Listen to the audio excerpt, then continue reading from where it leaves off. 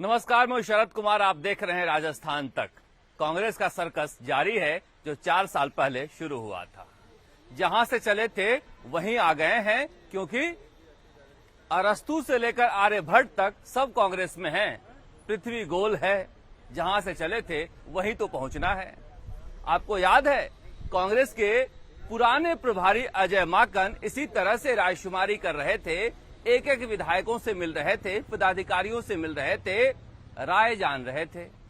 उनकी राय का क्या हुआ सबने देखा है, और उनका क्या हुआ यह भी सबने देखा है।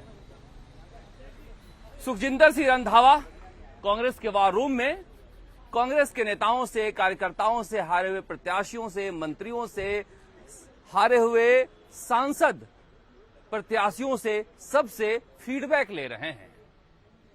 कब तक ये फीडबैक का कार्यक्रम चलेगा समझ में नहीं आता है। पहले साल में हो तो समझ में आता है, दूसरे साल में हो तब भी समझ में आता है, तीसरे साल में भी यही हुआ, और अब आखिरी साल में भी यही हो रहा है। अब तो जनता फीडबैक देने जा रही है। अब इनके फीडबैक से क्या लेना देना है। मगर हो क्या रहा है यहाँ पर विधवा विलाप हो रहा है, अरण्य रोदन हो रहा है, जहां कोई सुनने वाला नहीं है। केवल जो लोग आ रहे हैं वो बता दे रहे हैं कि हम किन परिस्थितियों से गुजर रहे हैं। जो मलाई काट रहे हैं वो कह रहे हैं रामराज है, और जो हाशिए पर हैं वो कह रहे हैं ऐसे तो सरकार नहीं आएगी, क्योंकि कार्यकर्ताओं की सुनवाई हो नहीं रही है।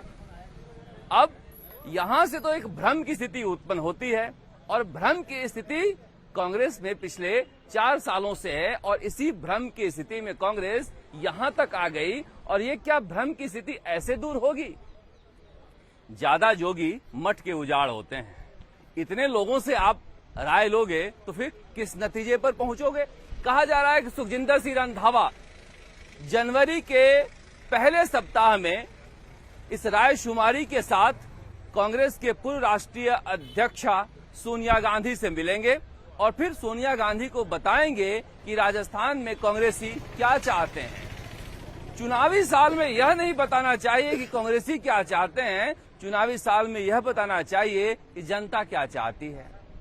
दुनिया कहां से कहां आ गई, एक से एक साइंटिफिक तरीके इजाद हो गए जिसका प्रयोग बीजेपी करती है रायशुमारी के लिए। 1 नहीं, 2 नहीं, 3 नहीं, 4 नहीं, 5 नहीं, 10 सर्वे करा लीजिए जनता के बीच, और उसका एवरेज निकाल लीजिए। पता चल जाएगा राजस्थान की जनता क्या चाहती है। यहां तो यही होगा। मंत्री आएंगे तो कहेंगे इतना अच्छा काम हो रहा है कि आजादी के बाद इतनी सारी योजनाएं कभी नहीं आई, और जो हाशिए पर हैं वो आकर कहेंगे कि विधायकों ने लूट मचा रखी है, हमें तो कुछ मिलता ही नहीं है। हो भी यही रहा है। मगर दिलचस्प मामला है यहाँ पर। अब हारे हुए सांसद प्रत्याशियों के साथ मीटिंग हुई, सभी बैठ गए 25 के 25, क्योंकि 25 के 25 हारे थे। बोला किसने आपको पता है? बोला वैभव गहलोत ने, जोधपुर से, जो कांग्रेस के हारे हुए प्रत्याशी हैं। उन्होंने रंधावा के सामने कहा कि हमारी तो कोई चलती ही नहीं है, हमारी तो कोई पूछता ही नहीं है। जो विधायक हैं वो सारे विधायक काम करा ले जाते हैं, विधायक अफसरों की सुनते हैं, अफसर हमारी सुनता ही नहीं है। सारे के सारे 24 के 24 अवाक देख रहे थे कि वैभव गहलोत इस तरह से परेशान है, और मुख्यमंत्री अशोक गहलोत को पता ही नहीं चला। बाद में जो हारे हुए दूसरे प्रत्याशी थे उन्होंने कहा कि हमें कुछ नहीं कहना है, जो वैभव गहलोत जी कह रहे हैं वही सही है, वही दर्द हमारा भी है। अब कुछ लोग कह रहे हैं कि क्या मुख्यमंत्री अशोक गहलोत को यह बात पता थी कि वैभव गहलोत क्या राय देंगे, या फिर जानबूझकर सुखजिंदर सिंह रंधावा के सामने ये राय रखी गई है कि सारे काम विधायकों के हो रहे हैं? फिर किसके नहीं हो रहे हैं, और रो कौन रहा है? अब हारे हुए प्रत्याशी कह रहे हैं कि दूसरे दल से आए हुए लोग राजा बने हुए हैं, जो कांग्रेस का झंडा उठाकर घूम रहे हैं, वो अभी भी झंडा ही उठाकर घूम रहे हैं, और कब तक झंडा उठाकर घूमते रहेंगे? क्या जो लोग बाहर से आए हैं उन्हें टिकट देना है, या हमें चुनाव लड़ना है? यह तो बता दीजिए। रंधावा जी कुछ बोल नहीं रहे हैं। सुबह सुबह आकर बैठ गए थे। साथ में गोविंद सिंह डोटासरा प्रदेश अध्यक्ष आए, 2 कुर्सी लगी हुई थी। उसके बाद जो पूर्व सीएलपी लीडर थे डूडी साहब, वह भी आ गए। तो डोटासरा जी ने कहा कि आप भी बैठ जाइए, आप सीएलपी के लीडर रहे हैं। अब पता नहीं योजना बनाकर आए थे, आप पता नहीं, लेकिन वह भी बैठ गए। उसके बाद ग्रुप में लोग मिल रहे हैं, ग्रुप में अपना इंट्रोडक्शन दे रहे हैं, 2-4 लाइन कह रहे हैं। उसके बाद रंधावा जी अलग से सबसे मिल रहे हैं, जिसको जो दुख और दर्द है वो बता रहा है। दुख दर्द के पीछे क्या मकसद है? मकसद एक ही है। देखिए, यहां पर फैसले 2 ही चीजों को लेकर लेना है कि मुख्यमंत्री अशोक गहलोत कंटिन्यू करेंगे या नहीं करेंगे, सचिन पायलट आएंगे या नहीं आएंगे, सचिन पायलट अगर नहीं आएंगे तो किस भूमिका में होंगे, और अशोक गहलोत अगर कंटिन्यू करेंगे तो फिर किस तरह से राजस्थान में कांग्रेस आगे बढ़ेगी। क्योंकि यह फैसले का वक्त है। अगर मुख्यमंत्री अशोक गहलोत को कंटिन्यू करना है तो मुझे लगता है कि राहुल गांधी को 3 जनवरी से अपने भारत जोड़ो यात्रा का दूसरा चरण शुरू करने से पहले यह घोषित कर देना चाहिए कि मुख्यमंत्री अशोक गहलोत राज करेंगे राजस्थान में, ताकि कम से कम कांग्रेस के कार्यकर्ताओं नेताओं में तो कंफ्यूजन नहीं रहे। इस कंफ्यूजन में अगर वो जाएंगे चुनाव में तो फिर क्या होगा। और साथ ही साथ अगर राहुल गांधी को लगता है कि सचिन पायलट एसेट हैं, तो इस एसेट का क्या करना है वो भी बता दें, क्योंकि एक म्यान में 2 तलवार नहीं रहेगी। जब हालात ऐसे हो गए हैं जैसे राजस्थान में दिखाई दे रहे हैं, तो फिर राजनीति यहां से जाएगी कहां। मुख्यमंत्री अशोक गहलोत एक और कोशिश कर रहे थे कि धर्मेंद्र राठौड़, महेश जोशी और शांति धारीवाल को मिलवाया जाए सुखजिंदर सिंह रंधावा से, और यह भी प्रभारी सुने कि 25 सितंबर का जो कांड हुआ था वो कांड क्यों हुआ था। लेकिन रंधावा जी ने कहा कि अलग से हम मिल नहीं सकते, क्योंकि ये मामला खड़गे जी के पास है। वो प्लान तो फेल हो गया, मगर जब मंत्रियों से मिलेंगे रंधावा तो उसमें महेश जोशी और शांति धारीवाल भी 1-to-1 मीटिंग में मिलेंगे, वहां बताएंगे कि हमने वो कांड क्यों किया था। देखिए, बताने न बताने का ये मामला रहा नहीं है। ये दूध की तरह सफेद है बिल्कुल कि ये कांड क्या हुआ था, और कांग्रेस आलाकमान को पता है। फिर भी मुख्यमंत्री अशोक गहलोत कोशिश कर रहे हैं कि रंधावा जी को समझाया जाए। समझाने की कोशिश मुख्यमंत्री अशोक गहलोत आखिरी तक करते हैं। तभी तो देखिए ना, खड़गे साहब आए थे, अजय माकन आए थे, कितनी बड़ी तस्वीर आपने देखी थी जयपुर के सड़कों पर।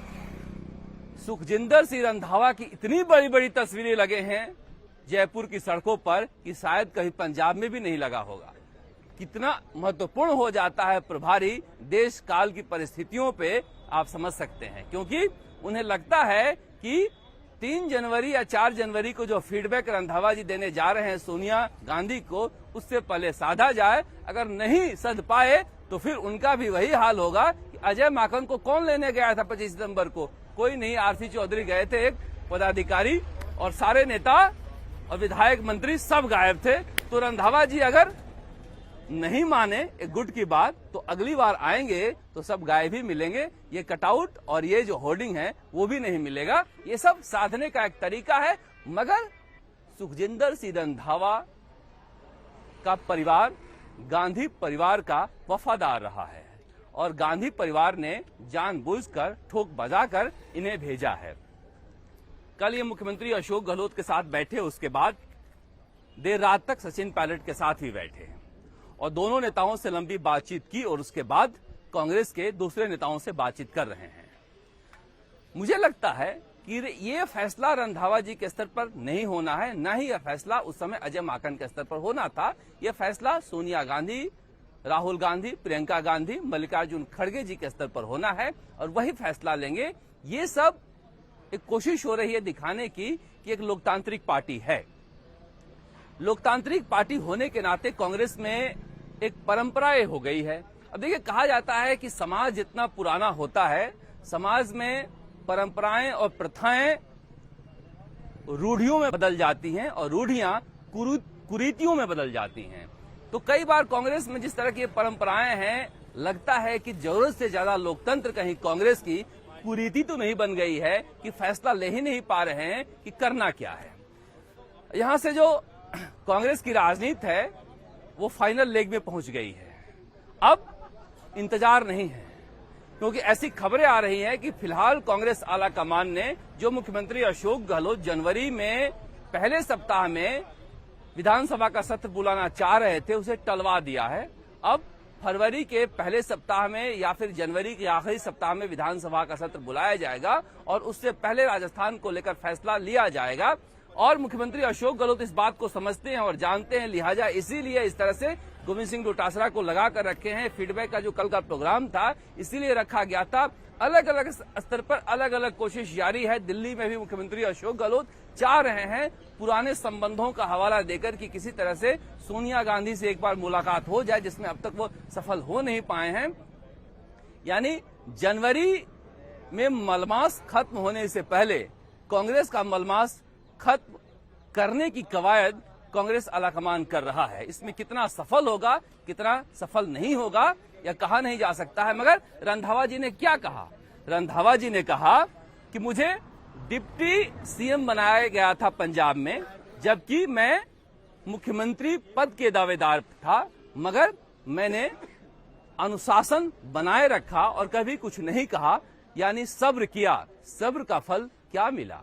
पंजाब में कांग्रेस हार गई, तो क्या यहां भी सब्र कर लिया जाए ताकि राजस्थान में भी कांग्रेस हार जाए?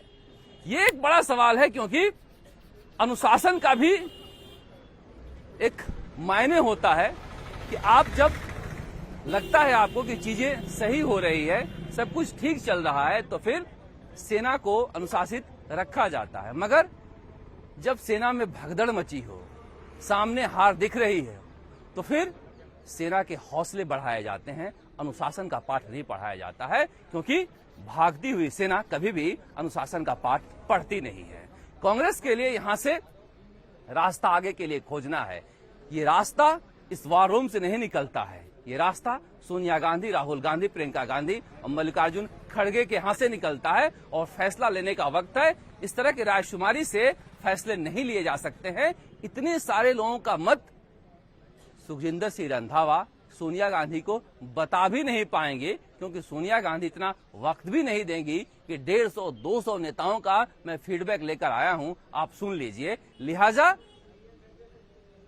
एक मालिक होना चाहिए। भारतीय समाज में, परिवार में एक मालिक होता है और वो मालिक फैसला लेता है, फैसला सुनाता है और परिवार उसके फैसले पर चलता है, तभी परिवार आगे बढ़ पाता है। और अनुशासन वही होता है। सबसे पूछकर इस तरह से विचार करके और चीजों को टालने से चीजें सुधरती नहीं हैं, बल्कि बिगड़ती है। सूरत कांग्रेस की कैसे संवरे, इसे लेकर कोशिश जारी है। मगर कोशिश अगर लंबा खींचेगा तो फिर सूरत बदसूरत भी हो सकती है। आप देखते रहे राजस्थान तक। राजस्थान में कांग्रेस की राजनीति पर हमारी नजर रहेगी। पल पल की खबर हम राजस्थान तक पर आपको देते रहेंगे। नमस्कार।